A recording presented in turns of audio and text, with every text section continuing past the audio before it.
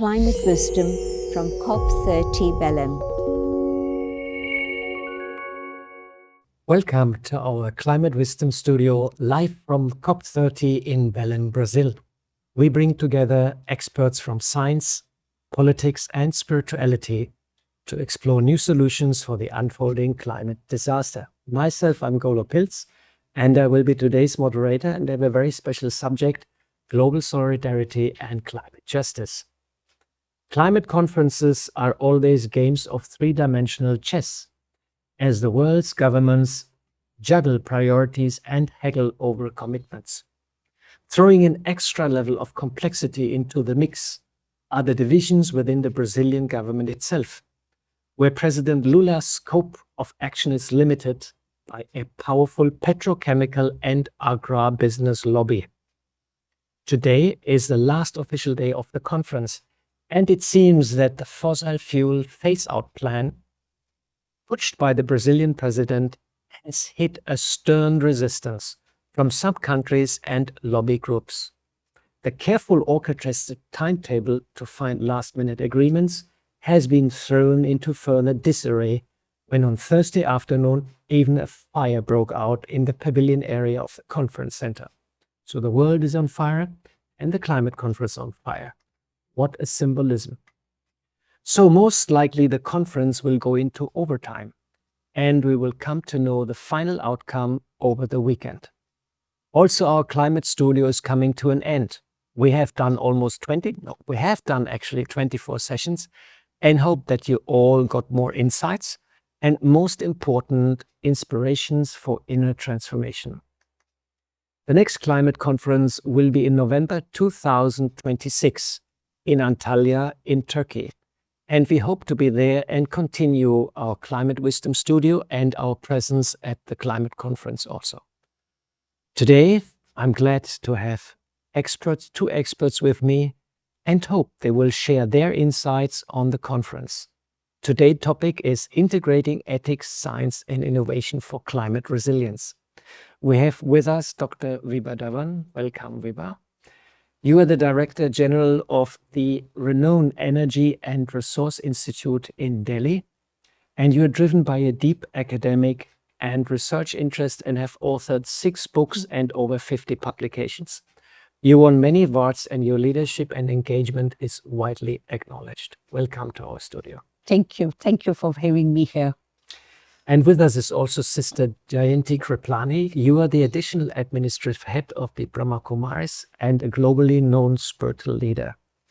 The Brahma Kumaris operates more than 8,500 centers worldwide and is accredited to the UNFCCC since 2009.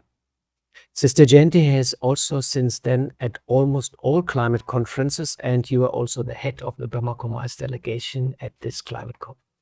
Welcome, Sister Jayanti. Thank you.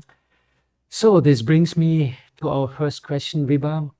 India is quite seriously affected by climate change. This year we had severe heat waves, we had floods in Punjab and changing monsoon patterns, and also it seems impact on the Himalayan region, which is crucial for the water supply of North India. How is India adapting to these changes? Please share some of the initiatives and programs on national and also on local level.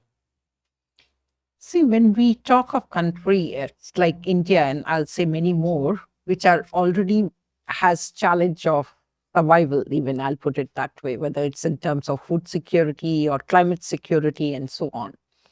And IPCC reports had also predicted that impact of climate change is going to be worse in many of these economies, and India is one of them. Now that puts us, because if we see India, perhaps it's a planet in itself, because we are so diverse. We have mountains on one hand, we have plains, different agroclimatic zones and so on. And also other challenges in each of the region, because if we look at Himalayas and the flash floods, which have impacted us this year, rather it's the entire village being wiped off in few minutes. And the problem becomes that so are our action plans. So it cannot be done at the central level. It has to be done at state level. And that is what is the state action plans. So they come out with what should they be doing in near future. Like if I take example, and you mentioned about Himalayas, so there are uh, very many problems, and those start with the melting of glaciers. And in fact, last year when I saw Himalayas from mountain view, a aircraft which takes you to all the Himalayan range, my impression of Himalayas was totally changed, because I always thought that those are snow-covered peaks, but today it looks like Black Mountain because the glaciers have already melted. So that calls for immediate attention, and that's where TERI has also now set up in association with ECMOD and Guwahati University and Balipara Foundation, Center for Himalayan Studies, so which concentrates on problems related to Himalayas.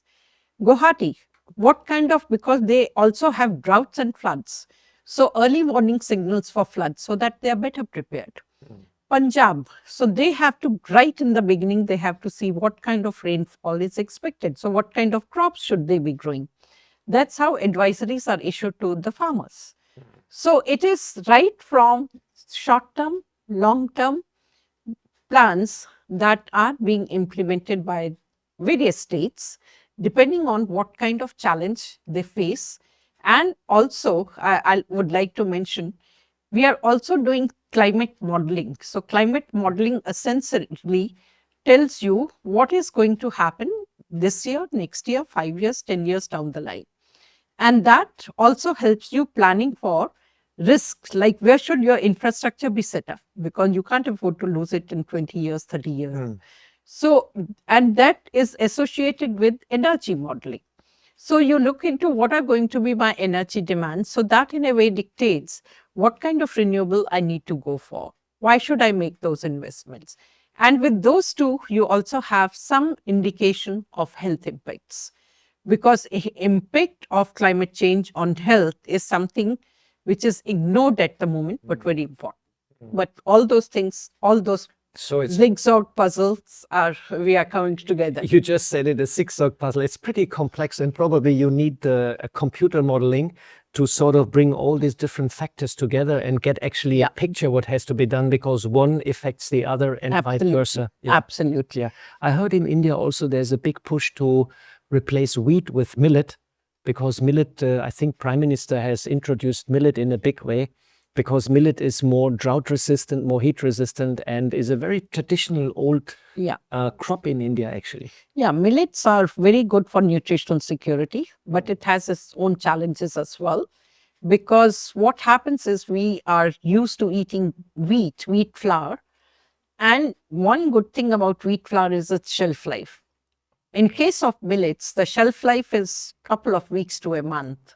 So it becomes very difficult that you are getting it grinded on weekly intervals. So that's one thing. And also in terms of digestibility, otherwise also we are talking about maximum replacement by 30%. It's not 100% replacement. Okay, I didn't know that. Thanks very much for sharing. So it's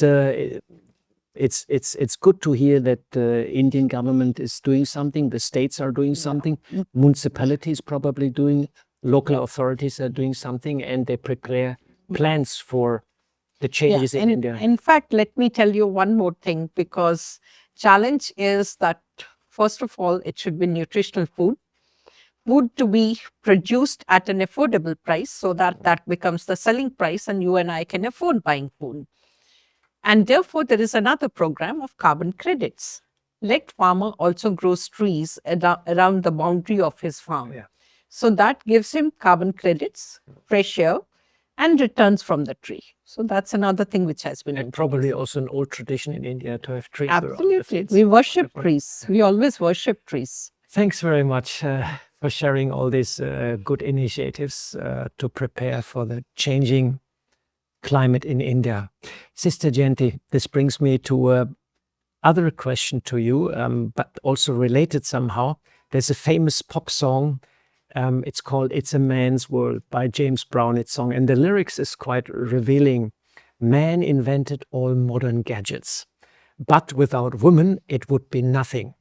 Nothing, not one little thing, and he is lost in the wilderness.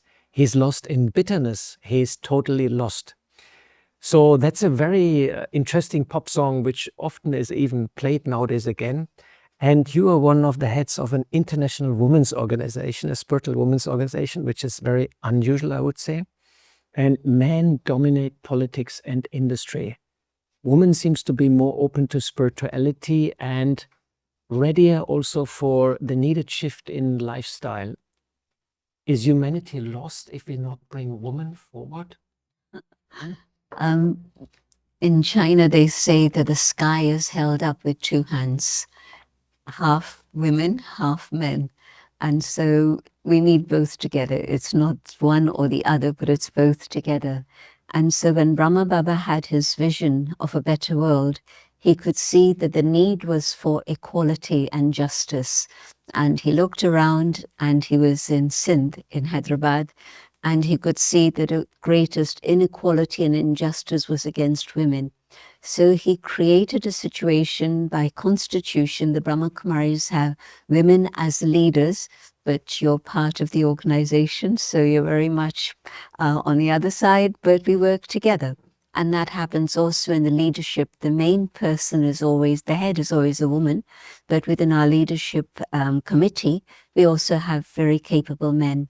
But yes, the feminine qualities of love and compassion are the things that are needed. And women don't have exclusive rights over those. I'm thinking about someone like Mahatma Gandhi, powerful, but yet very compassionate. And so these are qualities that we all have, but we need to develop, because it's a world in which there's a huge amount of violence. The situation of the environment is a direct consequence of the violence against nature. And so whether it's violence from men or violence from women, all of us together have been exploiting nature and Mother Earth. And so it's time now to rebalance, and not just the gender story, but also our relationship with matter, with nature, with the animal kingdom, with the plant kingdom. And so I think that bringing in love and compassion is the important factor today. Wonderful. Thanks for sharing. That brings me back to you, Vibha. Right now, not sure, but it is said with the NDCs, the National Determined Contributions, we're heading for somewhere like 2.5, 2.7 degrees, which is very bad for the planet. So you're at the forefront of climate research, and you know the latest updates and all that. And we actually know intellectually all what has to be done. Science is pretty clear, the plans are laid out, and we have to phase out fossil fuels, go to renewable and all this kind of things. Are you happy with the outcome of the conference? And is it enough that we're turning the tide? Very difficult question to answer. For the simple reason, COP, we started its 30th edition this year. And it was basically that let's look into in totality where the world is going towards. It goes without saying that what we are finding today is quite a bit due to industrialization. And it's the developed part of the world which has caused it. I won't say they are to be blamed, because they use best of the technologies available, and they are also sharing the results of the technology with each one of us. Now, what they now need to realize is that we only have one planet to live in. And therefore, if they don't make investments the way they do for themselves, and if the emissions come from the developing part of the world, they are also going to get hurt. Could we stop COVID in any one country? The answer is no. Air doesn't have any boundaries, so it's also going to hit them in years to come. But unfortunately, they are neither ready to share technologies, because it's all IP protected, nor they are willing to put in money which is required. Now, what is happening in our countries, and I must compliment Indian government, because they are, their commitments, whether they are talking of renewables, moving into EV, so they are ahead of their time, the biofuels, and they have also set up International Solar Alliance. We reached now 50% exactly in India renewable energy. Yeah, 2030 target we have already met. So therefore we are ahead of the curve. And also one good point is that the curve, the way we were going up in terms of emissions was like this. Now it has slightly slowed down. So which is good point. It's also realization at the country level, whether it is corporates, whether it's general citizens like you and I, we are also conscious why people are moving towards EV vehicles. It's largely because they feel that emissions must be reduced. So that awareness of, you don't have to tell anyone climate change is serious, but then where is the money? If I have to put solar, government is giving subsidies, but I still may not be able to afford it. So that is where the role of developed world becomes important. Give us loan. I'm not saying give us money. I'm saying give us loan at least at the same rate at which you're giving to your own fellow citizens. Take it back. We will save and give it to you, but save the planet. That is not happening. Yeah. So the money is not there. Money is not there. I think in Baku there was a roadmap, also Baku to Berlin, and I think $300 billion has been agreed. But already in Baku, organizations were asking, and scientists said $1.3 trillion is maybe being needed. And of course, money and NDCs and everything is interconnected. If the money is not there, others will not like to come up with the NDCs also. So are you happy with the outcome of the conference? Sort of not Well, so. we are waiting. It's not the final outcome. Okay. Hasn't come. So I'm still hopeful something positive will be there. But what we have noticed till today is not very encouraging. Yeah. And also even I'll say absence, and I don't blame them, because if I look at the geopolitical problems, you only have limited money. So whether you spend it on war, and which further, because it is disintegrating or it's fractured universe now. So whether you spend your money there in destruction or you use it for creative purposes. So unfortunately, we are not using our monies properly. And for us also, like, we are also impacted. Every country is impacted what is happening geopolitically.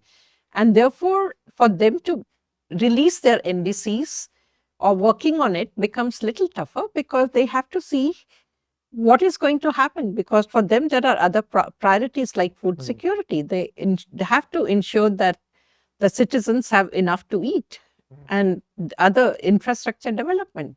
So therefore, the renewables or the climate change, which is very important, they are doing it, but they could have also done it better if there was lots of money available and commitments. So let us see. I'm sure the next 2 days will be very tough for the delegates, because they will probably work overnight. Absolutely. And everybody's aware about the dramatic situation, because the news which are coming in are quite dramatic.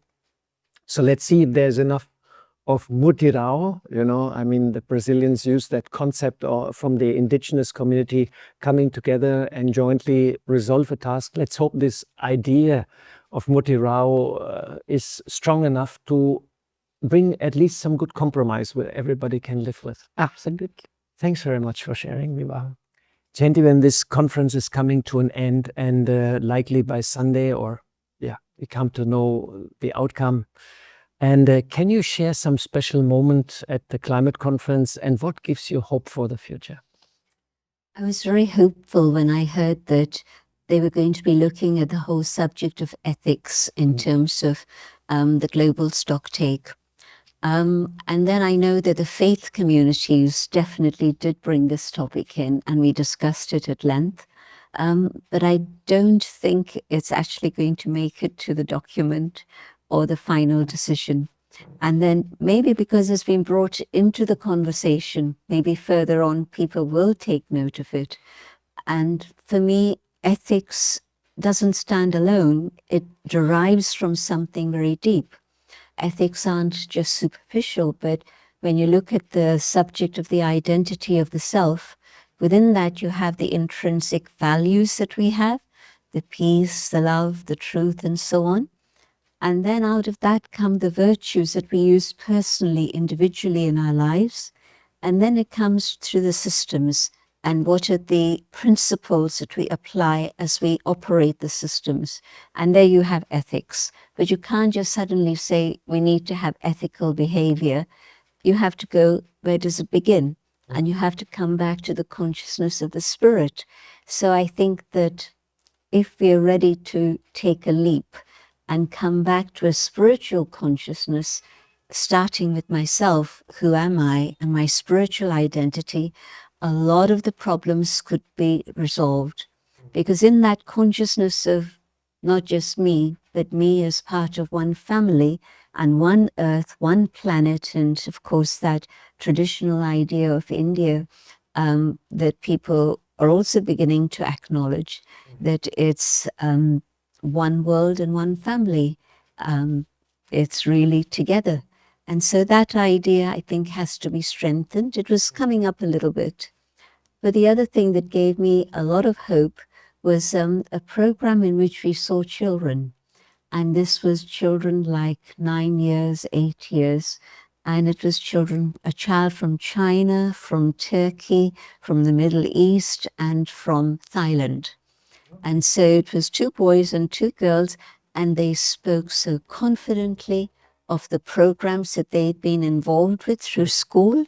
And each one of them said, well, this is going to be our future world. And children were appealing to children to do the same as they've been doing.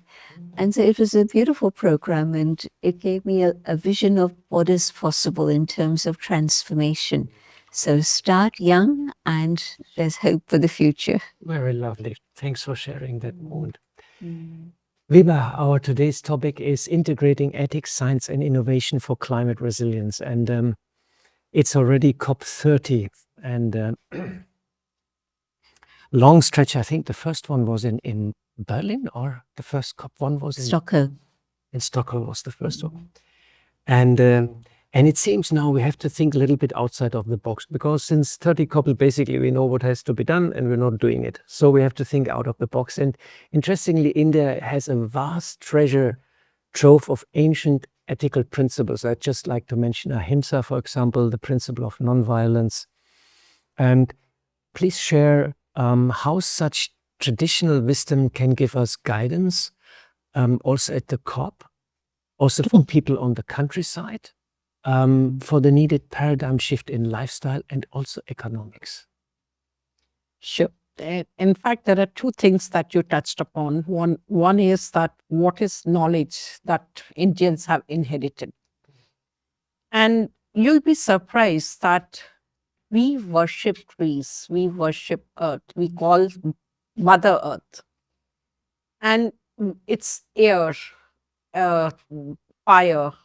So what unfortunately has happened is, over years we have forgotten who we are.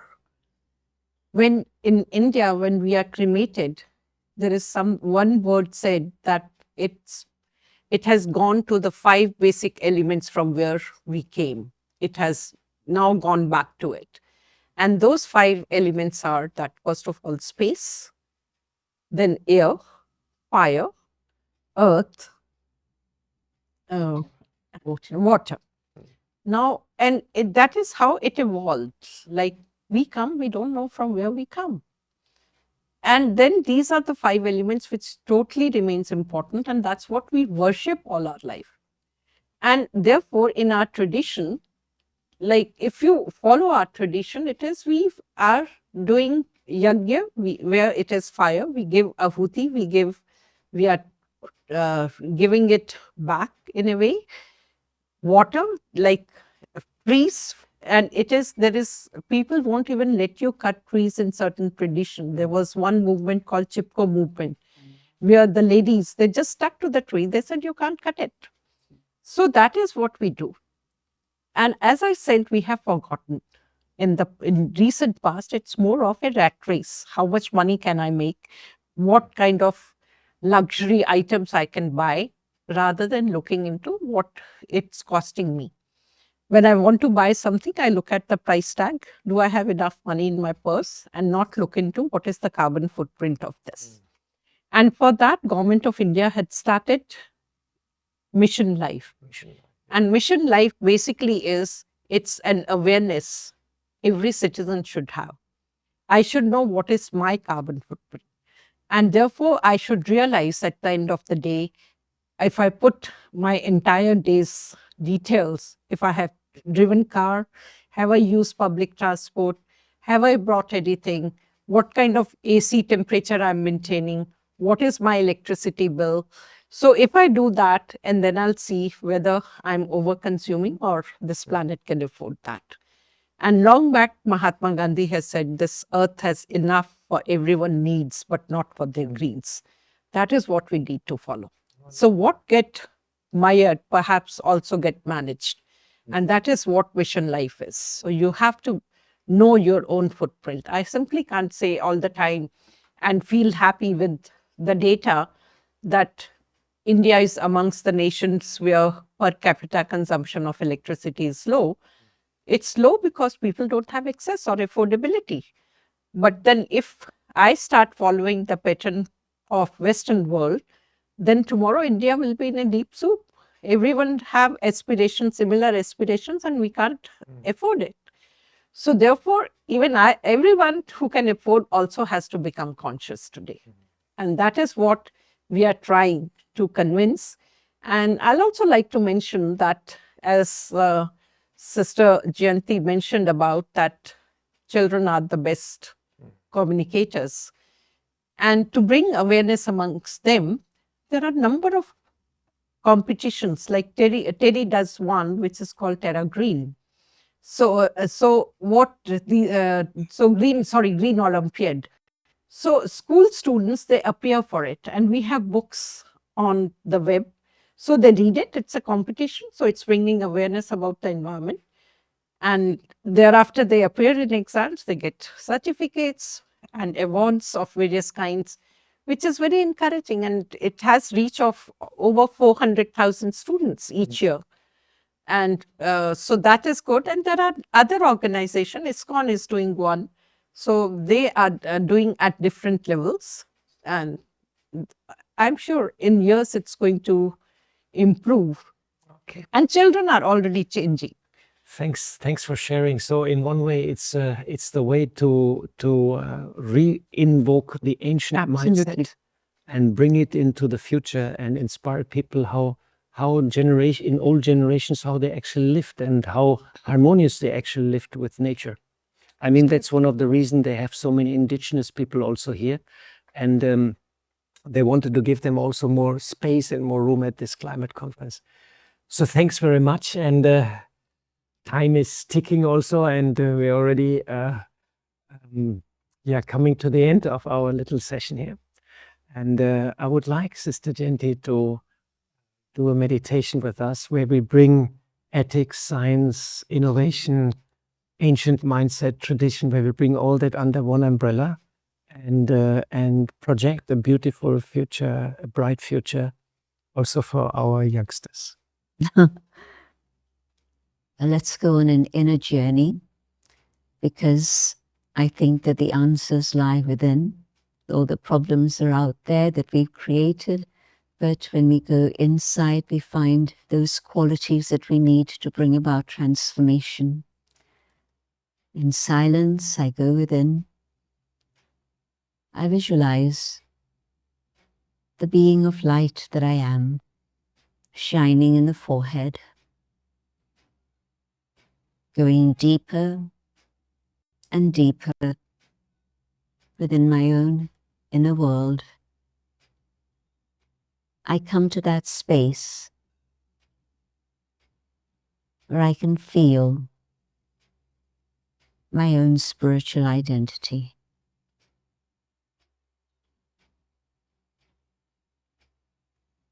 And in this consciousness of the inner being,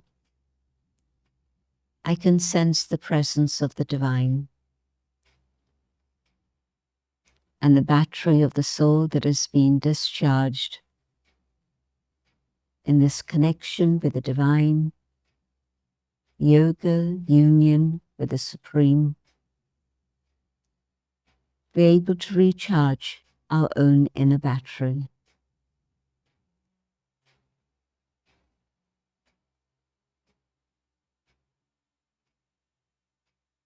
Not only is it I, the soul, that is feeling recharged, but these vibrations from the divine the power of peace, the power of love, the power of purity. Reach out into the world. Each one's thoughts multiplies the impact, and we're able to move forward. And as children come home, they feel the transformation.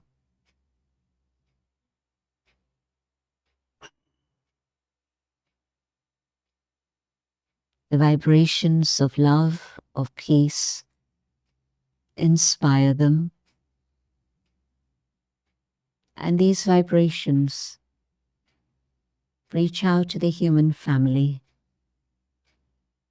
Vasudeva Kutumbakam becomes a reality. One world, one earth, one family, one future. And these vibrations reach not only the human kingdom, but all forms of life.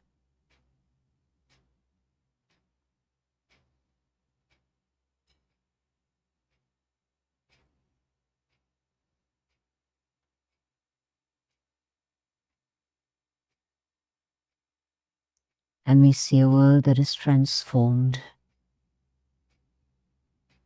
filled with light and love.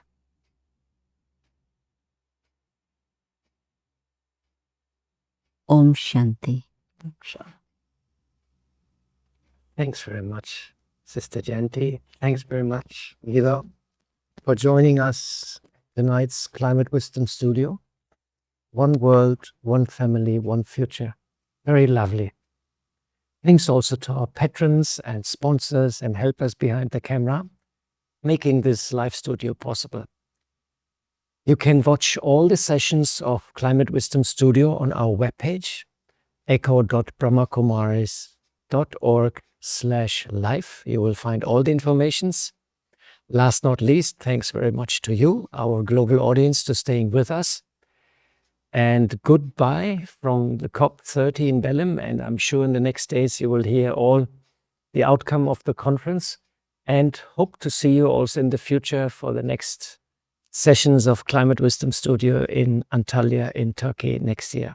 Bye-bye.